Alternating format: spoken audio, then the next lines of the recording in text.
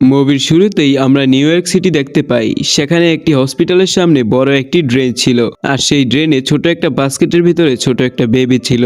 আর সেই ছোট বাস্কেটটা ড্রেনের ভিতর থেকে ভাসতে ভাসতে একদিন পর সমুদ্রে এসে পৌঁছায়। আর সেই সমুদ্রের কাছে জঙ্গলের পাশে ছোট একটা কাঠের ঘর ছিল।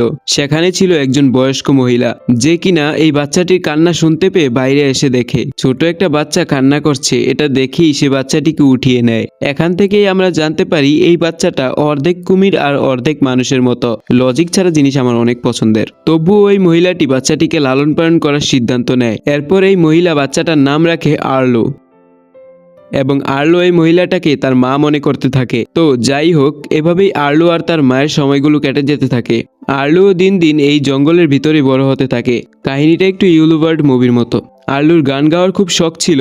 সে এই জঙ্গলের চারপাশে গান গাইতো আর ঘুরে বেড়াতো। আর্লোর মা কখনোই চাইতো না আর্লো বাইরের